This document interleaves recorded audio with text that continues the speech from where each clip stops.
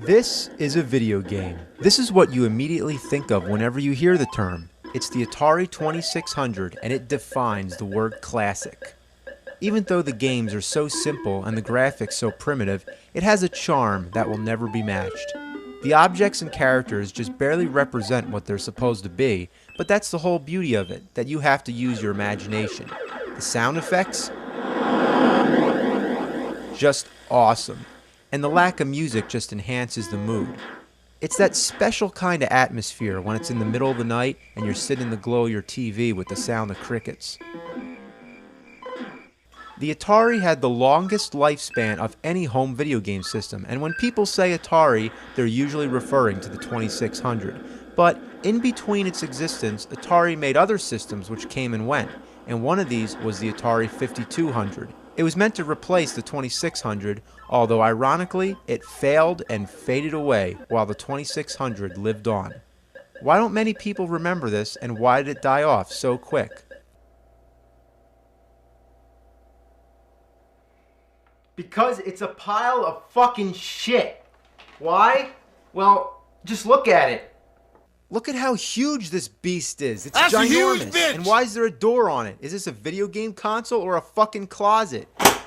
Even the AC adapter weighs 1,000,000 tons. So, I'm gonna plug this son of a bitch in here. There we go. Get all this shit out of the way. Now, where do I plug the other end in? Doesn't it go into the Atari? Well, you can look all over the system, but there's no power connector. There's a separate box that you have to plug it in. Now, seriously, have you ever seen one of these?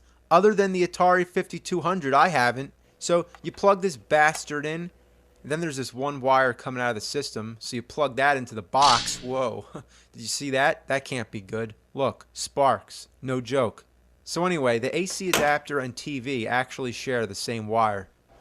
So, I don't know what they were thinking. I mean, maybe they were thinking it'd be more convenient to have less wires running across your floor, but they knew that they fucked up because later they re-released the Atari 5200 with the traditional 2 separate wires instead of just, this thing.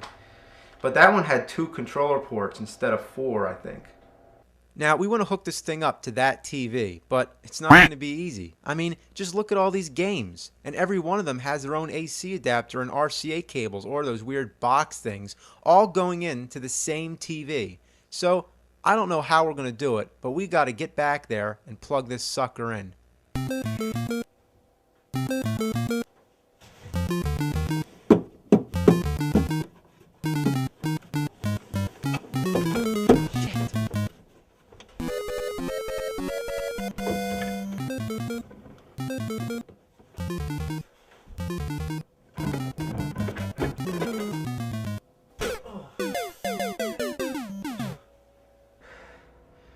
That TV is just out of the question. It's a little too busy back there, but that's okay because I believe the only true way to play Atari is on an old piece of shit like that.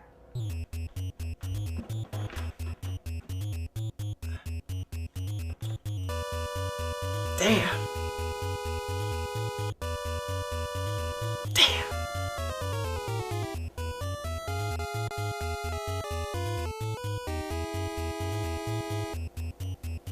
Damn!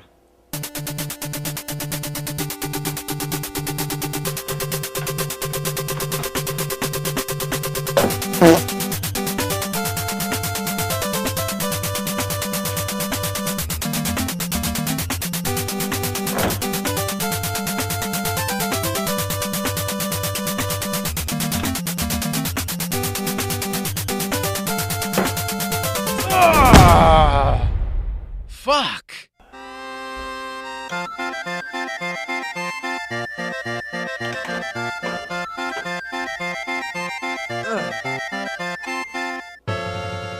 Son of a bitch.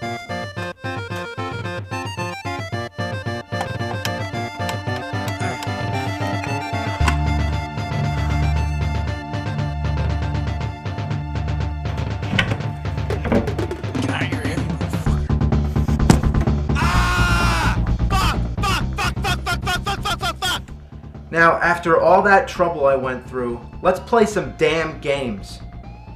Well, we haven't played the games yet, but I can definitely tell you the cartridges suck because they don't have end labels.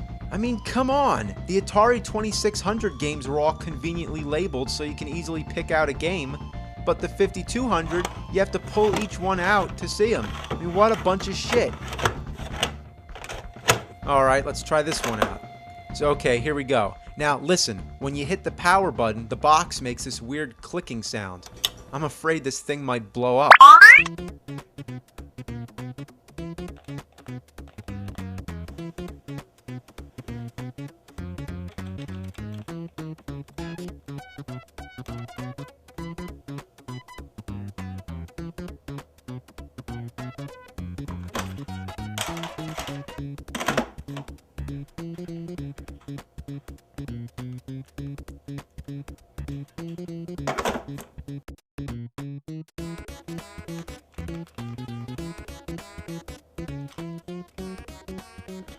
This controller is a piece of shit. What's the most important aspect about any fucking game? Well, being able to fucking play it. And what do you need to fucking play it? A fucking controller. So what do you do when the controller doesn't work? You're fucked. This is the reason the system failed. This. In the name of God, heaven and hell, everything in between, every creature on earth, by the far reaches of the galaxy, by the inner rims of the universe, and every megaverse in the ultraverse, let it be known. Let the word be known. This controller is fucking horrible.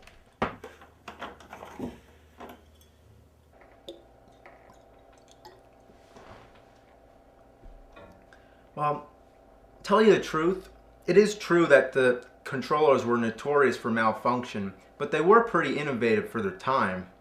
For one thing, they're analog, so they're capable of more sensitive movement. They also have a pause button, which, believe it or not, was a new thing back then.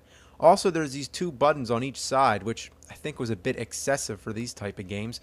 Then there's all these numeric buttons. Like, what the shit is this? Is this thing a phone? Like, what is all this for? Is it like talking to intergalactic space aliens or flying fuckernauts or astro bastards? Now there's another one, the trackball controller, but it's an ungodly abomination that begs for apocalypse.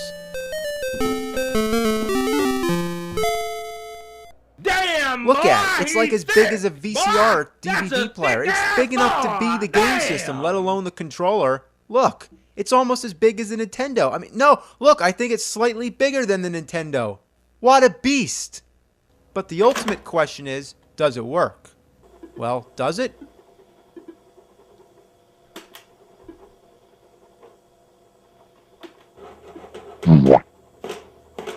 It didn't work. No, it doesn't. What a piece of shit. Well, we can't play the games, but we could at least look at them.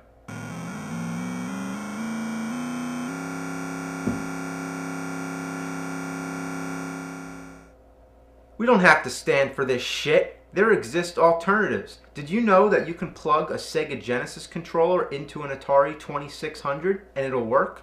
See, that's the interesting thing about Atari. You can find all kinds of different stuff that's compatible. As for the 5200, there exists third-party controllers made for the reason of replacing the shitty controller that the system came with. So, let's take a trip into the cyber world known as the internet and take a look. There we go.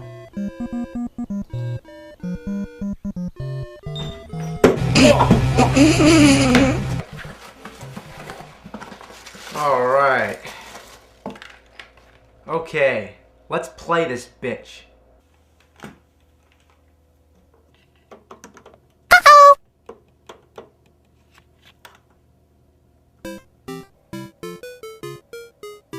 Fuck! You must go. What?